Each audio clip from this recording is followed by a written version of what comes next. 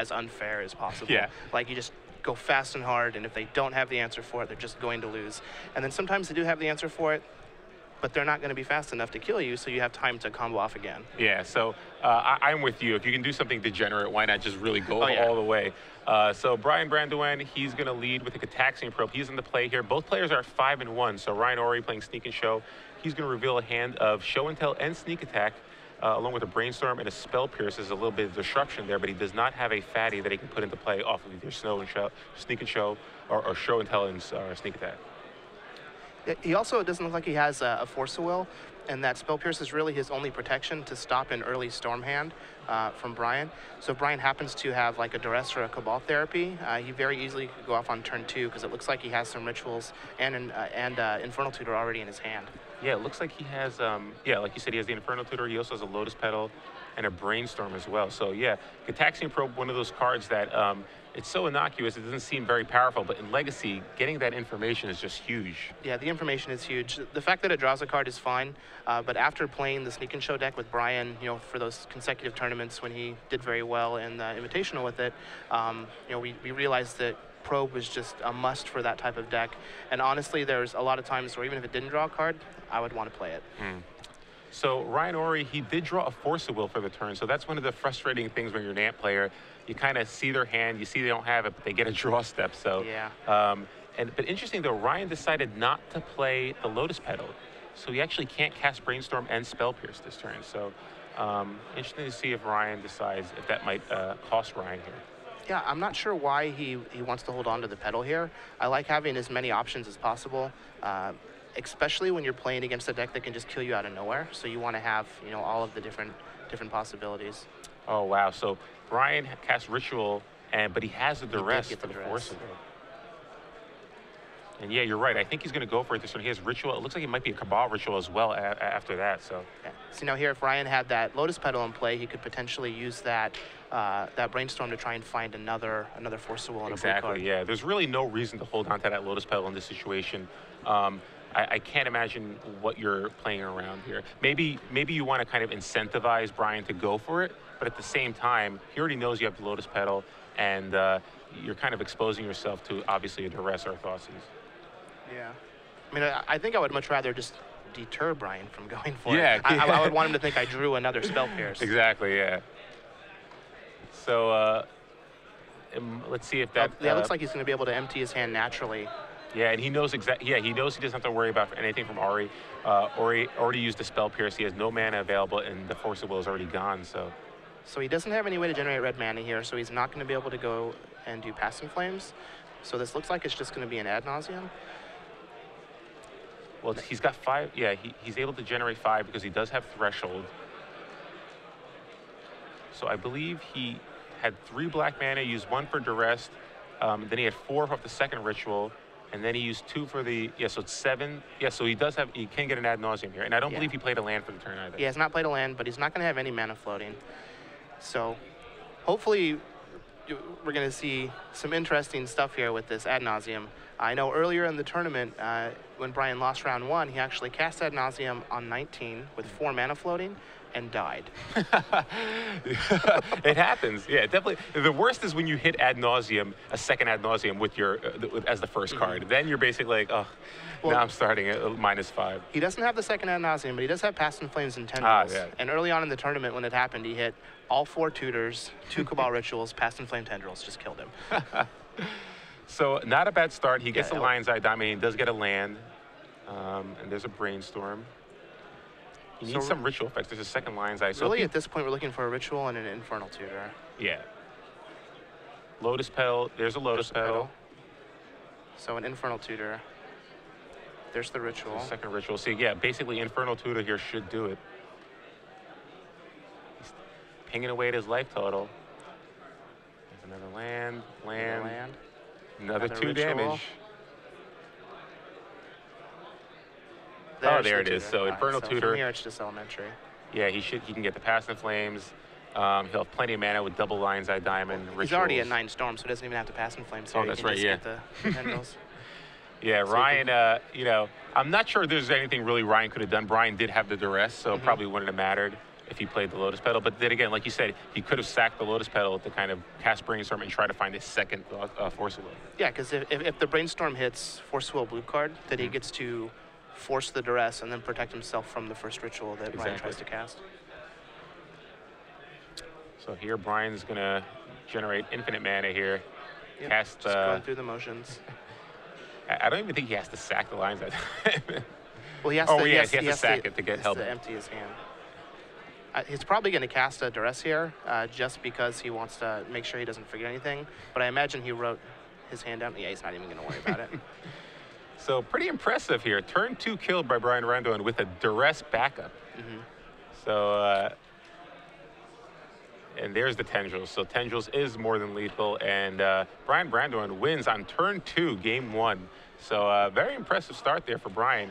But you know, game 1, you kind of figure that it's probably pretty decent for Brian. He's basically the faster of the 2 combo decks. As long as he can dodge a Force of Will or take care of it, he's probably in pretty good shape. After board, though, this is really where things get interesting.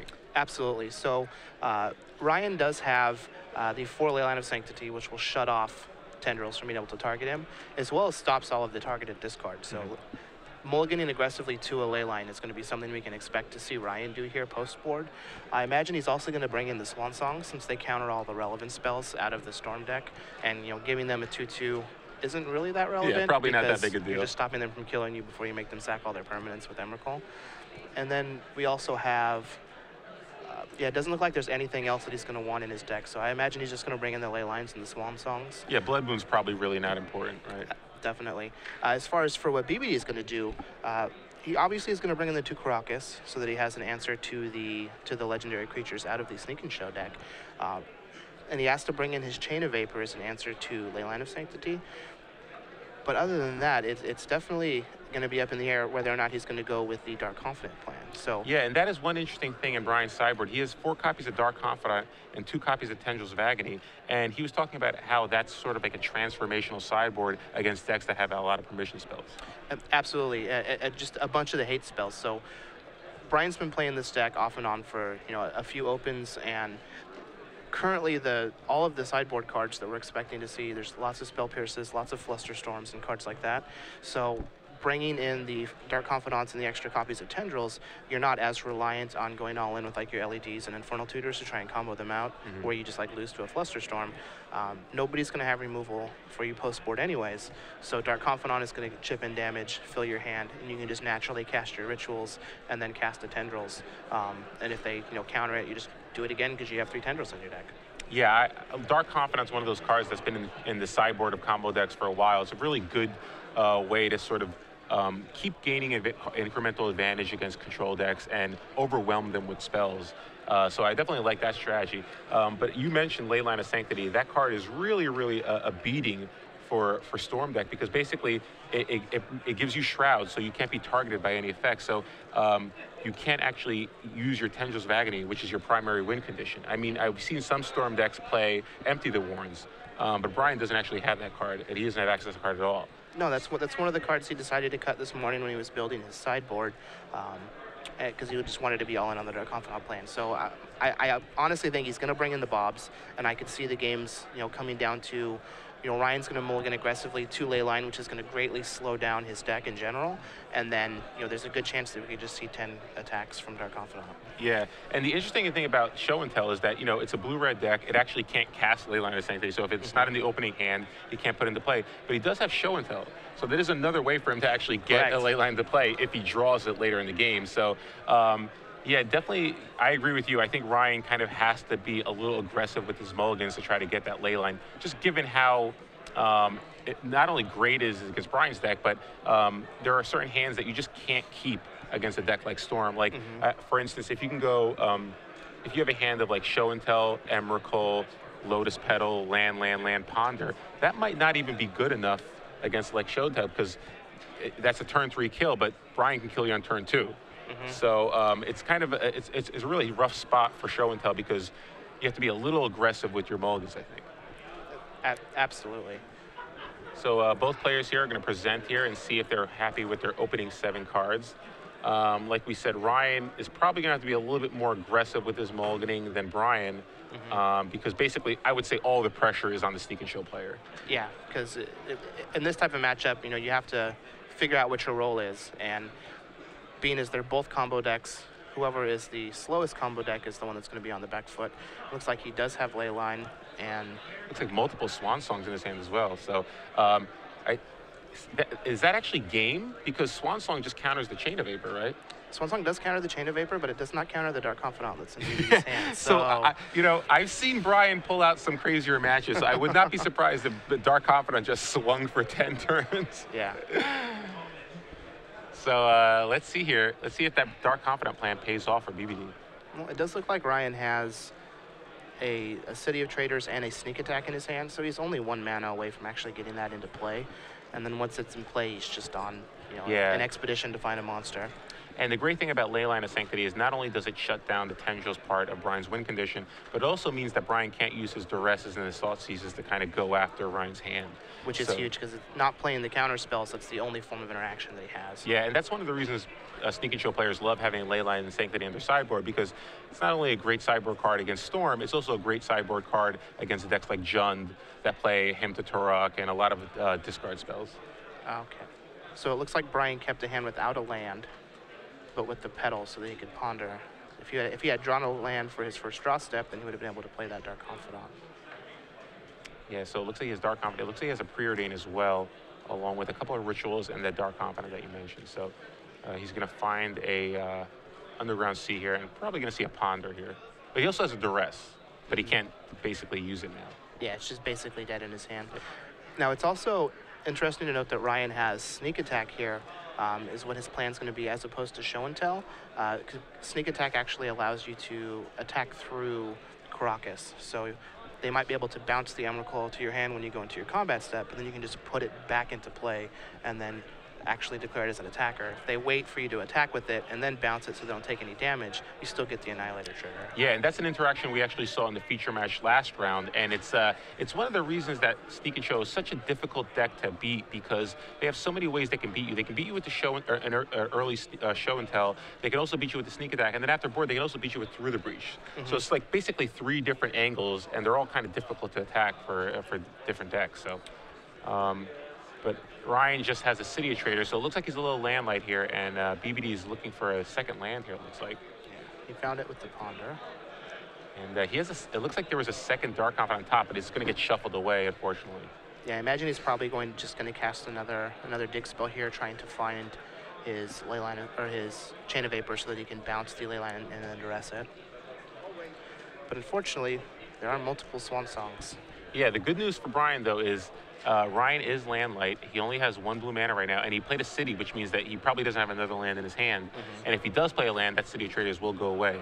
It will allow him to cast the Sneak and Show that turn.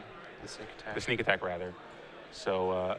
And as long as the next land that he draws isn't a red source, Caracas is still alive to try and keep him off from being attacked by an Emrakul. Yeah, that's a good point. If it's an island, or even an Ancient Tomb, Caracas can still be live for Brian.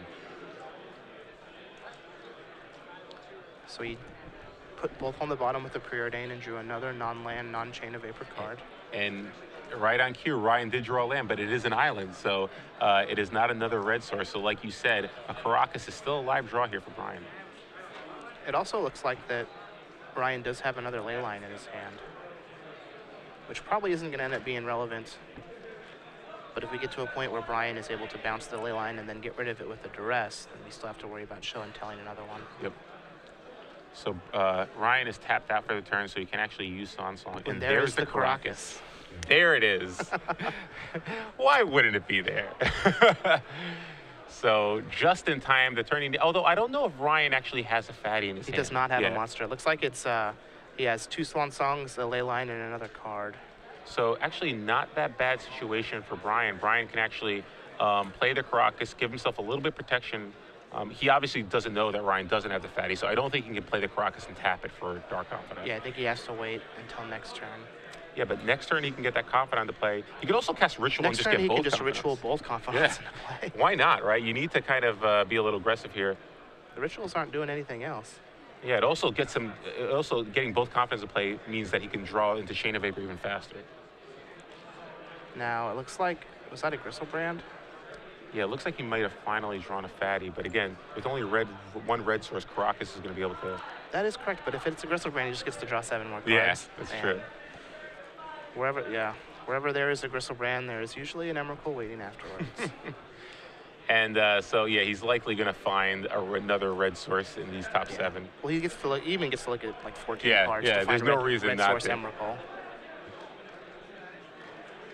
So let's see here. Is BBD going to get another turn?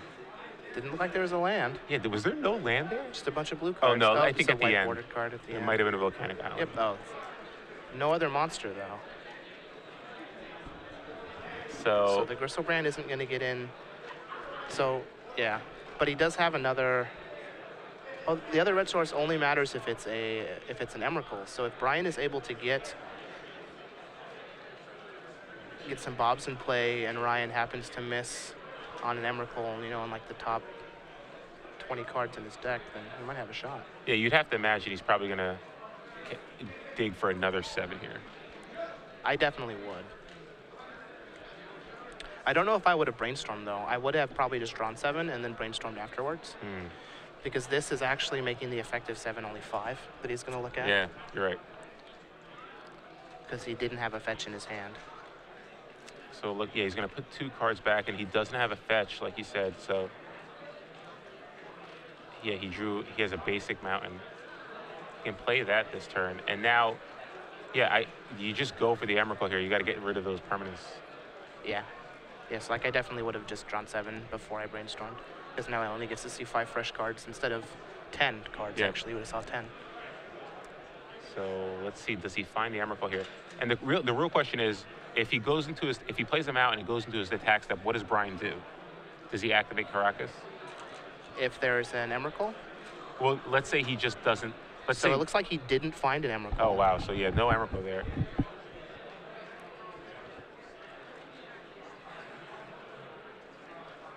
So he'll go into his attack step. Ryan's just going to bounce it.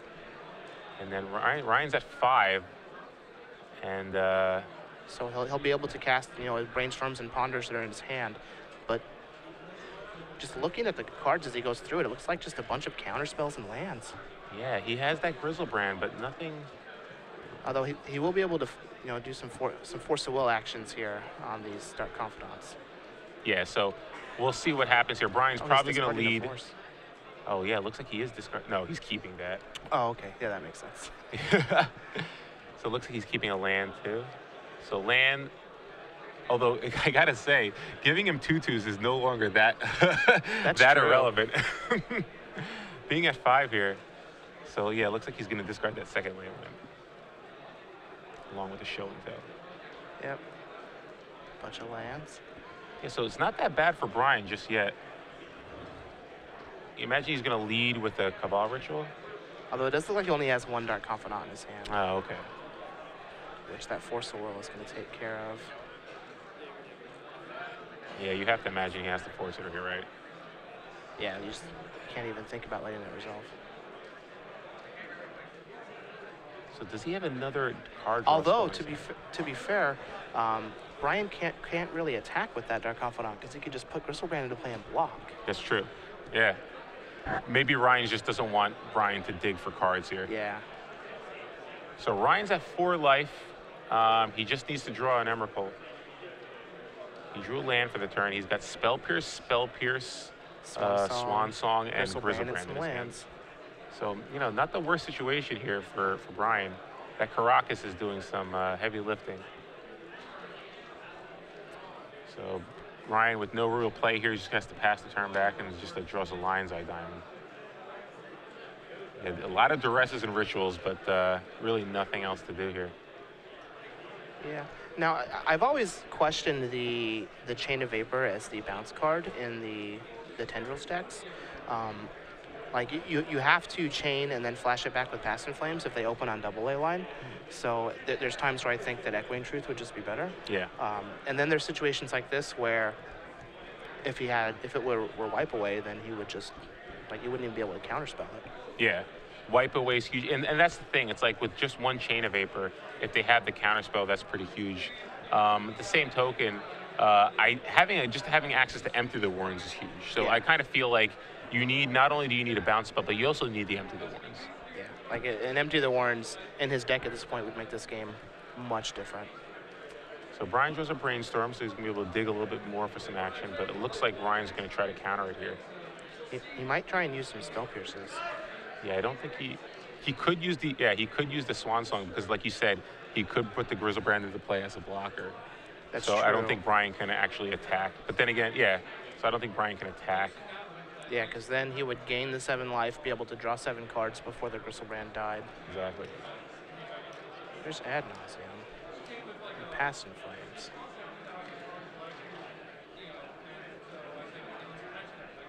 So Duress probably, at least one of Duress probably goes back to Stepha's library. Yeah. So I'm wondering if he's going to try and get an Ad Nauseam to resolve. Yeah, you think? I mean, he's got to. If he probably wants to try play and around do Spell something. Pierce. Yeah, I don't know if he has to do it this turn. Yeah, not this. But yeah, I'm with you. He's got to try to do something. If he can get a Chain of Vapor, obviously we know it's not going to resolve, but it doesn't really matter. Also, even getting another Dark Confidant. I mean, just getting something. There might be an opportunity if Ryan gets a little too aggressive. Looks like he's going to go for it here. Yeah, he did draw the pass. I know he has the Pass in Flames. I wonder if if this Cabal Ritual resolves, if he just casts Ad Nauseam without using the other Cabal Ritual, just to save it for using, because you can flashback Ad Nauseam with Past in Flames at a later time if you need to. That's true. So it looks like Ryan drew a Show and Tell. Yep, still nothing for Ryan, still no Emrakul, and still no card manipulation. But there's a preordain for Brian.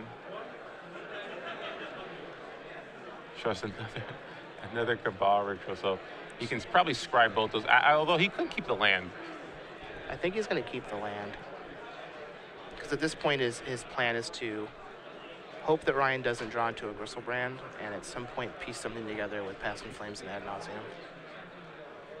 Because he does have that LED in hand. Yeah, he's got LED. He's got plenty of rituals. Actually, no, it looks like he only has one. Yeah, it looks like that's just a ritual there. So there's another Spell Pierce. And I think if BBD just waits a turn, maybe he's just really afraid of Ryan drawing Emrakul. No, that one was shiny. And it's the Emrakul. And there it is. He's going to do that one first. I wonder if he has another Volcanic Island in his deck. Yeah, so he's going to make him do it. Oh, I guess he just wants to draw the cards.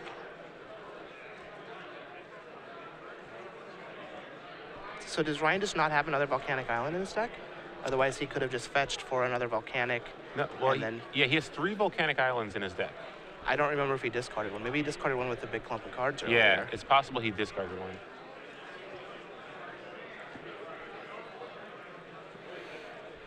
Yeah, so yeah, I think he might have discarded one of the Volcanic Islands, so he actually couldn't go for it that turn. I see. Although if he didn't put the Grizzlebrand in the play, he could have gone for it, right? Yeah, he could have got in with the Emrakul and just Brian would have lost all of his permanents. Yeah. And given then the fact everything that his hand, shuffles back in. Yeah. Yeah, and given the fact that Ryan does have like that Swan Song in his hand still, he probably was okay to just go with the Emrakul plan. But either way, he's drawing 7 cards. Looks like he still has Grizzlebrand and Emrakul in his hand. So we were able to see how one sideboard card like Leon of Sanctity was just completely able to lock Brian out of this game. Yeah, and this is the second match in a row where I've seen Storm just fold to 1 card. I mean, the first time it was Force of Will, which is a little more reasonable, but this card, Leyline of Sanctity, is just such a nightmare to kind of contend with, especially when your opponent also has counterspells. You know, it's just such a difficult card to deal with. I don't think Ryan realizes that he can put that Emrakul back into play after it's bounced and still get to attack with it. Yeah, at this point, I have to wonder why Ryan continues to go down this line. And I'm with you. I think he just doesn't realize that he can respond within his attack step, just put down another Emrakul. It's drawn another 7 cards. Which So- still isn't the worst thing. It's not the worst thing, but he's having to discard so many cards because of the lines that he's taking. Like, Brian is able to see a significantly larger portion of his deck and Yeah. have some idea of what else he's boarding in besides the ley lines. So he's giving a lot of information away as to what's in his deck after board. I imagine there's at least 2 Swan Songs in the graveyard right now, so Yeah. Brian knows that he has at least 2 Swan Songs. Yeah. And if he discards the 3rd one here with this discard, then that's some pretty big information. Yeah, I'm with you. Given this line, it kind of doesn't make much sense. And I'm not sure he drew another Grizzlebrand. So the 3rd Volcanic Island actually was in his deck, so he would have been able to kill him that turn. Yeah, so at this point, then it's clear he's Yeah, not aware of just the doesn't interaction. realize. So he's looking through his deck here. Which is one of the unique things that I find playing this Legacy format is there are so many interactions like that people just aren't aware of. Earlier in the tournament, I was watching an Affinity player play against an Esper Deathblade deck, and the gentleman playing Deathblade wasn't aware that you could target Edge Champion with Umezawa's Jit because it's not a colored permanent. Yeah. And Edge Champion is only protection from colored permanents. People just think, oh, protection from everything. Yeah. Same with this, you're like, oh, well, I'm already going into my attack step. I can't activate this again. But you're actually not in your declare attackers. It's still in the attack step. Yeah, and it's, there's so many tricky interactions in Legacy. I think that's one of the reasons people love this format, because there's so much play involved. Particularly, we were watching Elves on camera. That deck, I cannot imagine playing that deck unless I've played it for years. Like, you really have to know what you're doing with that deck. I played it in one tournament and didn't do very well. It felt like I played it very poorly because there were just so many interactions. Plus, I played against Storm twice and got turn 1 for basically 4 games in a row. So. Yeah, well, there are times where you're like, it doesn't matter how good I play, I'm going to lose no matter what. And then there are those times where you're like, you just kick yourself because you know you probably made a mistake. Mm-hmm. And I think that's one of the things early on in my career, that's one of the, I think, the hardest things for a young player is to kind of realize that it's not so much luck, it's really just you probably made a mistake at some point during the tournament, during the match, and kind of understanding that that's the reason you lost, it's nothing else. So looks like taxing probe from Ryan. So I actually don't like Brian allowing this probe to resolve. I think here I would concede, because now he's giving information to Ryan that he still has Ad Nauseam and Past in Flames in his deck. It's pretty obvious that Ryan isn't aware that he can activate Sneak Attack again to put his Emrakul back into play. But it's fairly elementary that he has multiple monsters here. I don't think if I were BBD, I would make him show me the 2 monsters. I would have just conceded to hide those 2 cards. Yeah, and we've seen some players on camera, they'll never concede, they'll force their opponents to go through the motions, and that's fine, except when you're giving information away. I'm with you. You never want to give away too much information. Even if it seems like it's not relevant, you never know. It's these small edges that you're constantly giving your opponent when you don't need to.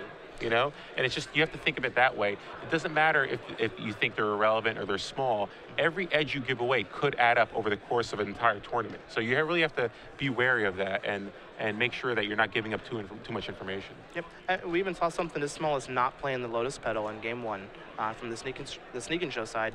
It might not have made a difference, but there's a very small chance that he could have brainstormed into Force Blue card and not died. Yeah, I remember, John Finkel used to talk about it all the time, where it's like, you don't have to be that much better than everyone. It's just about giving up these incremental advantages throughout the course of a tournament that really add up, and that's the reason you lose. It's not so much that, generally, you don't lose tournaments because you make this dramatic blunder and it costs you multiple games. It's usually these small things that add up over time that you might not even notice. So like you said, maybe giving away a little information there for Brian will pay off for Ryan in the next game, or, obviously Ryan not playing the Lotus Petal in the first game, maybe that cost him. We don't really know, but it's all these small things that if you add them up, are really going to hurt you in the end. So I think it's a matter of playing tight and realize what you're giving up and what you're really gaining in return. There's really no reason for Brian to kind of show his hand there. He knows he's losing. Yeah, I definitely agree, and I think that information linking is like one of the most overlooked of those small percentages that you give up, whether it's not re-sideboarding going into game 3, so your opponent knows exactly the components of your deck, especially in a format like Legacy where it's not too uncommon to have a transformational type of sideboard. Yeah. And sideboard cards are just extremely powerful. Same thing with, you know, showing your opponent that you have tokens in your deck box when you're pulling your deck out. Like small information leaks like that, they will start to add up as you continue to play in these big, long tournaments. Yeah, and I think, you know, you need to have a system when you play in these big tournaments because they're very long, they're exhausting. So one of the things I like to do is you have these routines that allow you to play tight. Like you need to kind of, sometimes they seem like OCD, but you need these kind of routines each round to make sure that your mind can stay focused and you're doing the correct things. Because like you said, even something like if you have tokens in your box, they know that's a little information you're giving away. And it seems innocuous, but it's not. Like it adds up over the course of a tournament. And you never know, if you, especially if you're playing against a smart player like BBD, he can catch up, he can pick up on these things, you know? So when you're playing at high level tournaments and you're playing against good players, you want to make sure you're not giving them anything because they will pick up on it. Absolutely. Especially in a format like Legacy. Like I wrote my entire article, and we see the ley line There's yet that again. ley line. Oh man. And a swan song in his hand as well. And a sneak attack with a City of Traders. So this looks exactly like last game. Yeah, but you were saying you wrote an article about Legacy. Yeah, so my article this week was about turn one deck identification in Legacy based off of, you know, what your opponent does. So whether they're like Arid Mesa, Fetch, a Volcanic Island, Cast Ponder, like those are all pieces of information that allow you to try and determine what deck your opponent's playing so that you know, hey, I have to make sure that I don't die on turn one because my opponent's playing Storm, or hey, you know, I know my opponent could possibly be on Miracle, so I have some time to flesh out my game plan. That type of information can be very important, and if your opponent sits down and they look like they have, you know, 13 zombie tokens in their deck box, then you kind of have an idea of what they're playing, and you can make your mulligan decisions and your turn one play decisions based off of that, and you know those percentages really add up, especially if it's a seasoned Legacy player. Yeah, and people, you know, maybe younger players, newer players, they hear these small things and they think they're kind of silly, but you know, these things matter. Like I was having a conversation with Pakula on our mailing list, and we were talking about Rug Delver prior to Grand Prix DC, and somebody was like, do you think we should play Scalding Tarns and Flooded Strands and Polluted Deltas as our sack lands and Rug Delver, as opposed to Misty Rainforest? Yeah, exactly. Because yeah, you just, there's a possibility that your opponent's going to think you're playing something other than what you're actually playing because of the sack lands. So it doesn't seem that relevant. But, you know, the type of sack lands you play in your deck could be relevant because you're giving away information, you know? If I lead with a Polluted Delta, that could be Esper Blade, that could be Reanimator, that could be any Ant, of the bug decks, you know, it could be High Tide, it could be Omnitel. If I play Wooded Foothills, it's a whole other story. So there's so much information that you're giving away just by your turn one play. So like you said, deck identification is huge in a format like Legacy where so many of their decisions are made in the early turns. Absolutely. And I really like the Wooded Foothills and Rug Delver. Like, yeah. It's never a good feeling to get stifled off of a Wooded Foothills, but it happens fairly often. It's like, oh, my elf opponent doesn't have an elf on turn one? Oh, well. Man, what kind of hand do they keep? Or like, oh, this Jun guy must not have kept a hand with Thoughtseize or Deathrite Shaman. Stifle, Nimble Mongoose, go. Oh, man. So Brian trying to, just like game two, he's trying to develop his board around this Ley Line of Sanctity. He does have that Dark Confidant. So we'll see if it's going to be able to enter play. It didn't enter play the last time, but Ryan does have Emrakul and Sneak Attack. Yeah, this definitely is not looking good for Brian. He's going to need to find a Chain of Vapor and hope it resolves. So the best course of action here is, I imagine Ryan's just going to play his Sneak Attack next turn. So if BBD is able to, you know, Chain of Vapor the Ley Line and then just use a flurry of discard spells to try and take care of Ryan's hand, then he'll have a shot here. But other than that, that Emrakul is going to put some work on him. But it looks like Brian does have a Caracas in his hand. Yeah, it's a funny thing because it's basically the same situation as last game. Brian has the Caracas, and Ryan right now only has access to one red source of mana. He has that Scalding Tarn. He can get a Volcanic Island, but he doesn't have a second red source. It looks like he does have a Gristlebread. Yeah, it looks like he did draw the Gristlebread, so. Oh, and he has a Show and Tell as well, so he can Show and Tell Sneak Attack. Oh. But Brian is able to put his Caracas into play. Hello! Oh, this is so good. Because he could just put a monster in. Yeah. Let's see here. Is the monster going to come into play, or is it? Well, it's probably going to be Sneak Attack. Yeah, the way Show and Tell works, you put the card face down. Yep, and it is going to be Sneak Attack. So Ryan can't be happy with that. But either way, he's going to be able to sacrifice his Scalding He's card. able to draw 7 cards. And draw there. 7, yeah. So not the worst shape for him. Although I don't know if I would even do that yet.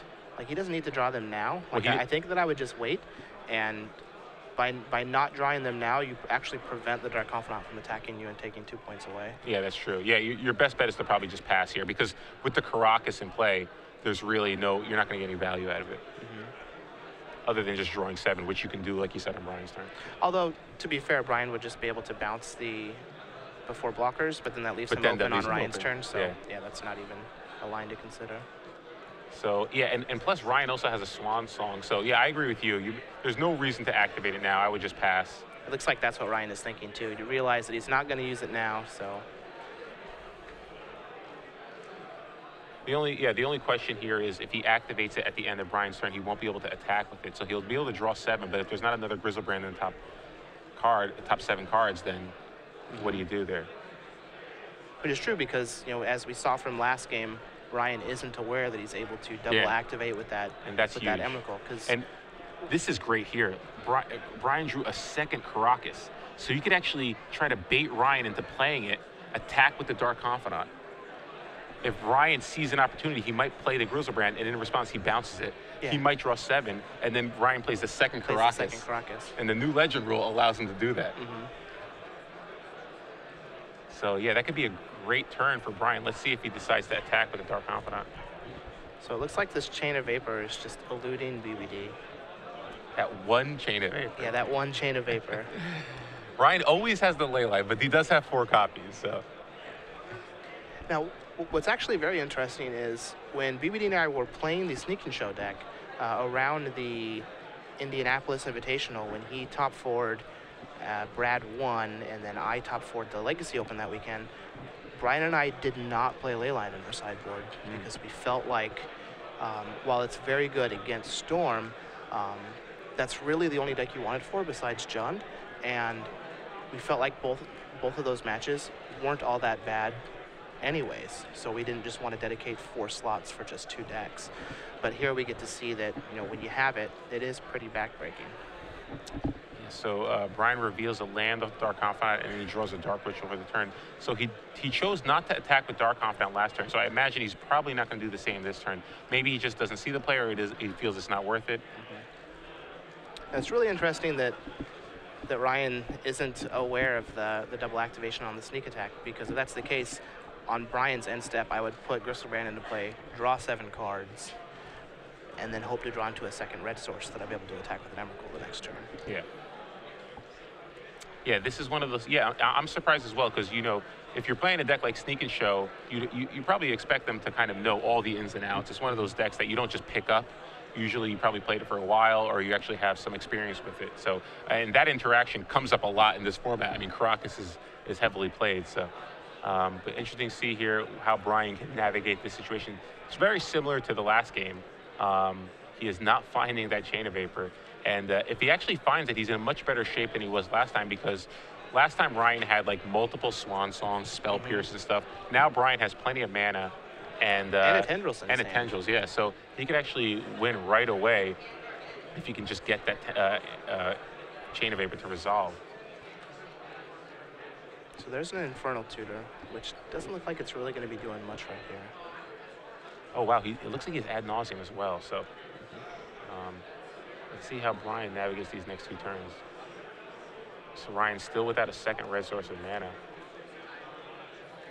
Yeah. He did draw another Ancient Tomb, just not going to play it because he'll lose the City of Traders. And there's a Polluted Delta revealed off Dark Confidant. I guess if worse comes to worse, Brian might kill himself with Bob before he draws that Chain of Vapor. Yeah, so Brian's plan might just be to let Dark Confidant deal the work for him, and Leyline of the Void is simply going to be, all right, best Leyline of the Void ever. I really want to see Brian attack with Dark Confidant. I just want to see what Ryan does. Like, if BBD attacks with Dark Confidant, I want to see how Ryan plays it. That's true. There we go. There we go. Now we got some action. Oh. Oh, wrong land. Undo. So he leads with Emrakul. Wow, this is going to shuffle it away. If he doesn't bounce it. Yeah, so he's going to bounce man. it. If BBD had another Dark Confidant, I might have just shuffled it away. There's a second Caracas. Well, that play is nice and tricky. He can only do it once. Yeah. There's not a third Caracas in his deck, so that's the only 2 points of damage he's going to be able to get through this game with Dark Confidant, probably. And there's a Force of Will. So, wow. Now his hand is double Emrakul, Grizzlebrand, Force of Will, and Swan Song. So Preordain here will allow Brian to gain a little more velocity with his deck, trying to dig for something. Ooh, there's a Pass and Flame, so that's something that he needs in case the Chain of Vapor does get countered. Like, he might keep both these cards here. Yeah, he does have a fetch, so the Brainstorm is just like an actual draw 3. If that's the case, I probably would have kept the Brainstorm so that I could Brainstorm this turn.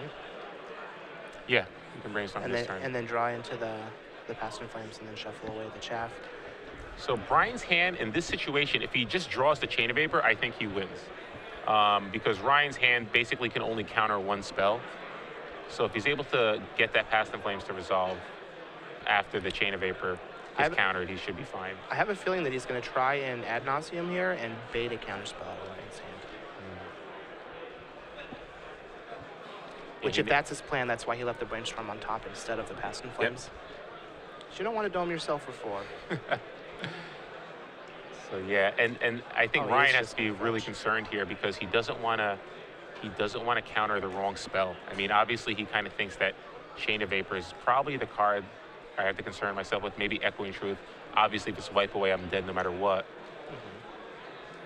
Which is one of the unique things when talking with Brian last week when he played this deck, 2 weeks ago in Baltimore, was that there were a lot of games that he won just because his opponents were countering the wrong spell or, just not countering. I think it's more not countering the right spell as opposed to countering the wrong spell. Because most of the time you get to a point to where the counter spells just don't matter because you didn't counter the correct spell. Well, that's the really cool thing about Storm, as when you're a Storm player, it feels like your opponents are scared of you. Like, it's a really scary deck to play against. Wow, so Brian leads with the Pass and Flames. So he has no mana left in his mana pool. Is he baiting a counterspell here, do you think? I think he is. Worst case scenario, or best case scenario, it doesn't get countered and he gets to cast some more cantrips. Best case scenario, it does get countered and it just baits a counterspell out of Ryan's hand. So he has an island here. He's going to cast Brainstorm. That's the first cantrip. Duress, Ponder, and a Lotus Petal. None of those are Chain of Vapor. And I'm not sure I like casting the Brainstorm first. Yeah, Ponder's probably a better card to lead with. Ponder or Preordain. Looks like he's going to get rid of the Ad Nauseam.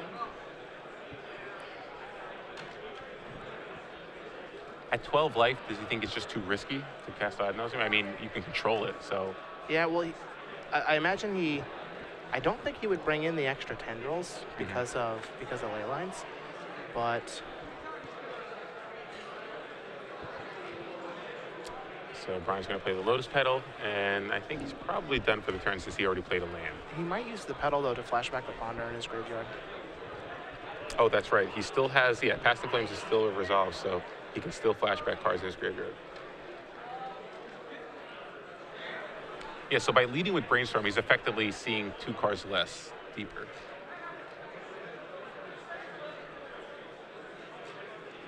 And looks like Brian is debating, contemplating. Yep, and it looks like you're right. He's going to sacrifice Lotus Petal for a blue, and he's going to flashback. It looks like Ponder or...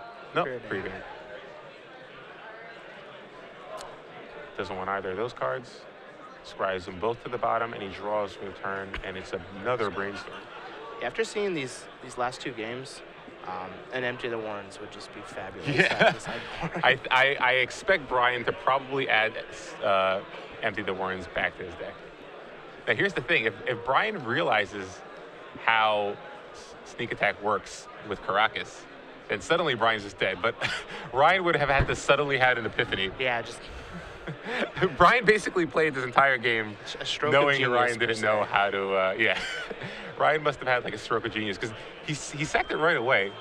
Well, he does have. Oh, he has the yeah. He has both monsters, so he's going to get in with something regardless.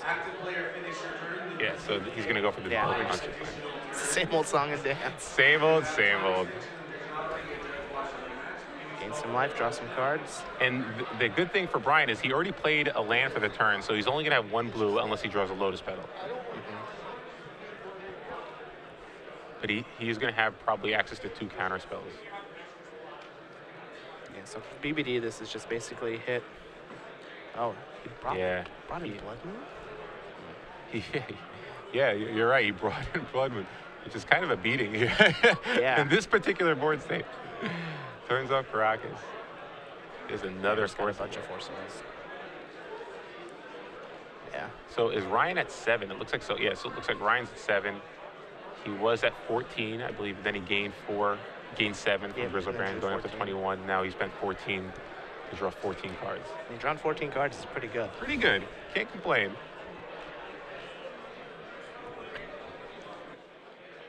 So he ponders, finds 3 cards that he doesn't care about. He's going to shuffle his library again. Yeah. Even if BBD were to happen to draw into this Chain of Vapor here, there's not much. Yeah.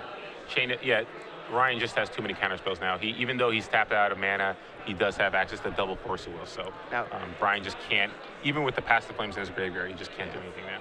It is good to know that Brian can't die from his Dark Confidant here because the Ad Nauseam is on the bottom of his deck. Yeah. So there are small victories. I will say, though, I think if Brian didn't cast the Past the Flames last turn, then a Chain of Vapor is still an out for him. Because he can cast Chain of Vapor, that gets countered, cast Past the Flames, that gets countered, then rebuy Past the Flames, or flashback Past the Flames. Flashback to Past the Flames. And he has more than enough mana to do that. So, but again, he still needs to find the Chain of Vapors, and he cast a lot of cantrips last turn and still didn't find it. So the odds are he probably wouldn't have found this game regardless. Looks like he's discarding a Blood Moon. Not sure if he still has another one in his hand. But it doesn't really matter. Brian's at 5, so the same play that Ryan's been making this entire time will work for him next time. Yeah. They do get their Brainstorm and Ponder.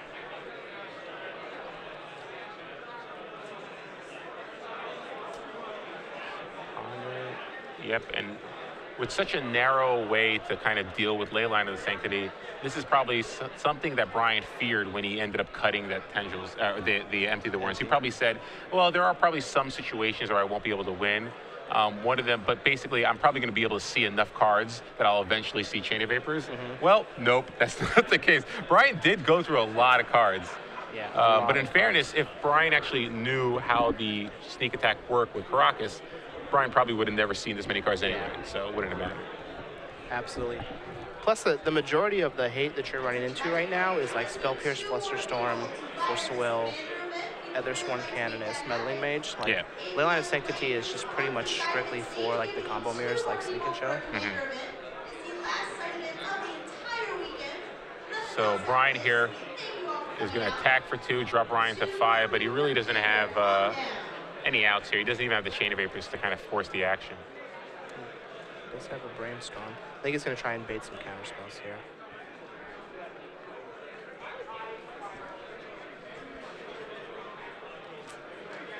All right, so yep.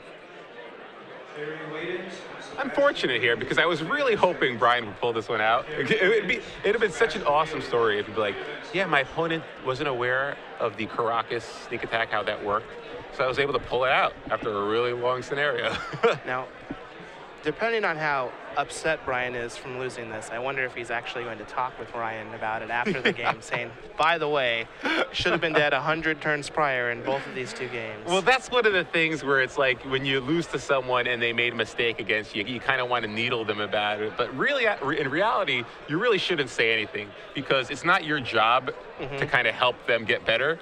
You know, this could come up again in the next tournament, you know? Yeah.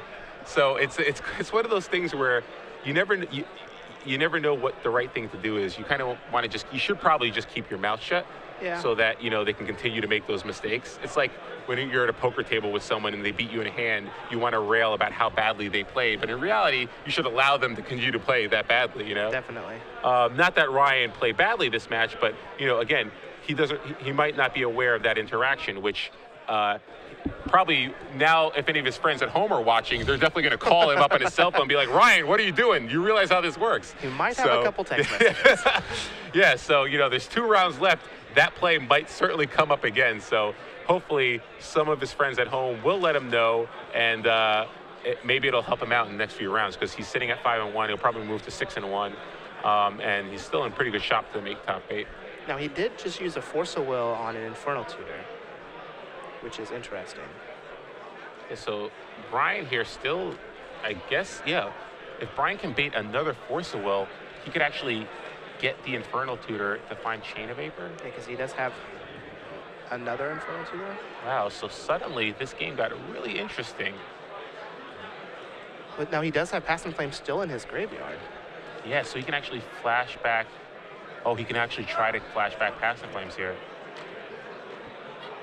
Wow, so because Brian used that Force of Will, suddenly things have gotten really interesting. Brian can actually force the issue. There's the Chain of Vapor. Wow, and there's the Chain of Vapor. Oh my God. Wow. So Brian actually was able to do it. He forced Ryan to use a Force of Will early that he didn't need to, based on, oh wow. So now here he can chain, making him use another Force of Will, and then flash back, use his LEDs and flash back his Past in Flames to chain again, use a bunch of discard to get rid of all the monsters in his hand, and then just try and kill him with Bob in 2 turns. Yeah. Oh, no, but he has Infernal Tutor in his graveyard, so he could actually just find the Tendrils, right? All he has to do is bounce the ley line. That's correct. Find Tendrils, cast Tendrils. So obviously Ryan has to probably cast. So let's see here. Yeah, because Brian does have a duress in his hand, so he has to counter the chain. Well. So this is turn 0. So Ryan is left with no more counter spells in his hand. So now, like you said, he can activate the LED. Yeah, he just LEDs, flashback, Past in Flames, Chain of Vapor. Oh, and even he still has the Caracas too. He can tap that for mana, so he can cast Infernal Tutor in response, activate those 3 Lion's Eye Diamonds.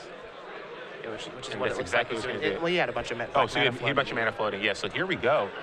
Looks like Brian Branduin is being able to snatch victory from the jaws of defeat. He just forced the naked Infernal Tutor. Yeah, that naked Infernal Tutor. He didn't even retain priority. Ryan wasn't really sure about what he should counter there, and Infernal Tutor seemed like a reasonable counter. See, exactly you the don't same know thing. what is in his hand. Just counter the wrong spell. Yeah, it's all about counter. Yeah, like you said earlier, people just don't know what spell to counter. And it looks like Brian's actually going to be able to pull this match out. He's sacking 3 LEDs in response to the Infernal Tutor, so his hand's going to get discarded. So Infernal Tutor has Hellbent, so he's going to be able to search for any card in his deck, which is likely going to be the Tendrils. So you can search for the Tendrils. Now he can actually use 4 of the mana to flashback. He just has like a million rituals in his graveyard. Yeah. After he flashes back to Past in Flames. He could even cast yeah. So he's going to cast Chain of Vapor first. He has to cast Chain of Vapor first.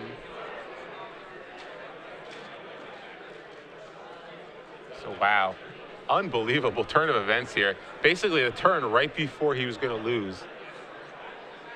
So Brian's going to find that Tendrils of Agony. A turn that shouldn't even exist. Yeah, it should. Yeah, mind you, a turn that shouldn't even exist. Had Ryan understood how the Caracas interaction with Sneak Attack worked with Emrakul, Brian would have lost millions of turns ago. And you know, wisely enough, Brian kind of sensed that Ryan didn't realize how that interaction worked, so he kept playing. He kept playing for his outs. Which I also imagine is what made him try and bait those counter spells, thinking, okay, he's not 100% sure how these interactions are working. There's a chance that he might counter the wrong spell here, which will open up the window of opportunity for me. Yeah, because even if you do play Show and Tell a lot, this might not be a matchup that you play that often. So yeah, it makes a lot of sense. So Brian definitely played for his outs here, and it looks like he might be able to pull this game out. I don't believe Ryan has any counter spells left. And yep, he's going to cast Chain of Vapor. He's going to flashback Chain of Vapors.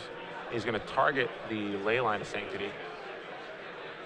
Brian is tapped out. Got to read it again for the second time. Well, he countered it the first time. And he's going to sack land to bounce to Caracas. I don't think it's, yeah, I think it's non-land. So that one. He can bounce the Bob. Yeah, he can bounce the Bob if he wants. And unfortunately, those dice that represent the amount of mana that BBD has aren't actual targets for Chandelier. So here we're going to start seeing some rituals get flashback. He can also cast Duress just to make sure the road's clear, which it obviously is. Now, he could probably, yeah, if he wants, he could just cast Tendrils right now. Yeah. Yep. There's Tendrils. Wow. BBD, congratulations. Managed to pull out a seemingly impossible. We were literally talking about how Ryan's friends were just going to text him after he won the match. He'll probably still get some text messages. Wow. BBD pulls out an impossible match